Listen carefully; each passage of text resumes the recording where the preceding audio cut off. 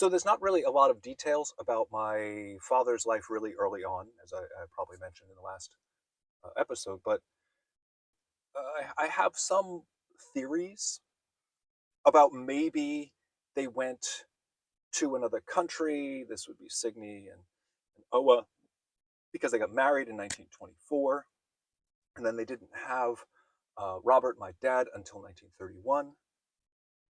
The only thing I have to support that is that they don't show up on the 1930 census, either of them. I've looked in a lot of different combinations in a lot of different locations and have not been able to locate them yet where it's actually very easy to find other people. So that's possible. But at the same time, there's no other kinds of records. There's no immigration, returning, except for Oa, who has all of these transits in and out because he's working on boats. But those also stop a little bit in later 1924. I should probably keep looking for them because there's been some confusion about the names, but it's not unlikely to me that Signy said something like, okay, if we're going to be married, we should be together.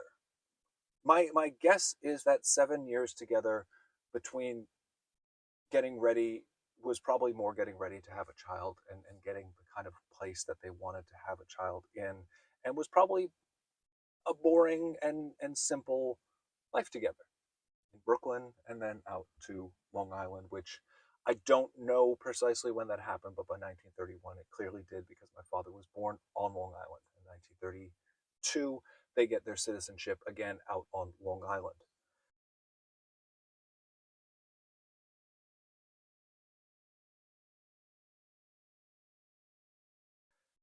But there weren't a lot of pictures of Oa. There were very few pictures of Oa and Signy together.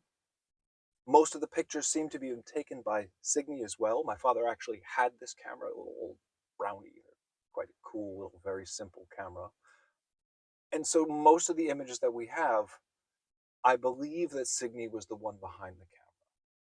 For me, it's a really interesting thing to think about is like kind of whose memories am I looking at? Because when you're looking at the picture, right, you're really mostly not looking at their view of the world. You're looking at somebody else's looking at them.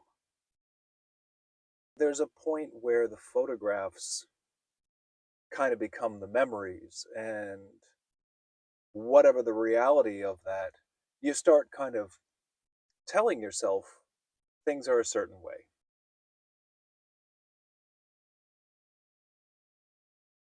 The only way I can imagine how my father might have been was to think about how I've been, and it's the closest I can get to connecting with him. I grew up in that kind of just wait till your father gets home kind of thing, which had some advantages. My father was a pilot and would sometimes be gone for days.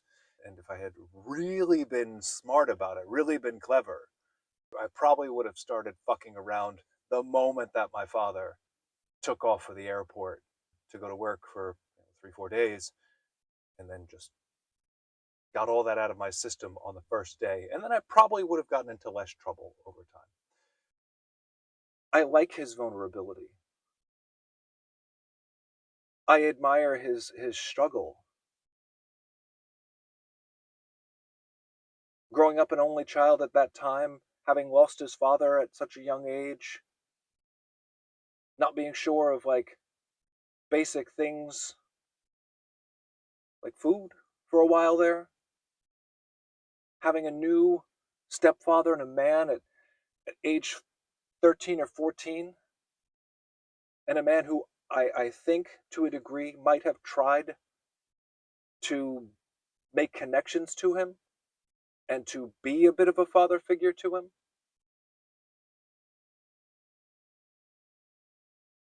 Those things I admire about my father. But those were things that I never heard about and never knew and would have never even imagined because my father had such a defensive wall. And it was wonderful once he let you past it. My father was a funny guy. But he that wall could drop down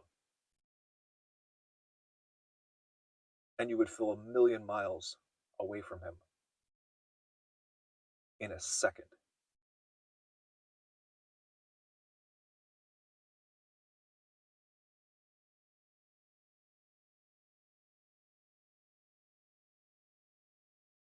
A curious thing is that in the 1950 census, my father is actually not listed as Robert Christensen, he's listed as Robert Madsen, which is, his stepfather's name, and his stepfather's name kind of he took that on. And so it's really kind of interesting to me how that parallels with the fact that my mom, Ruth Zeev, growing up in the Grover family, had not taken that name on. And I personally feel like it wasn't offered to her.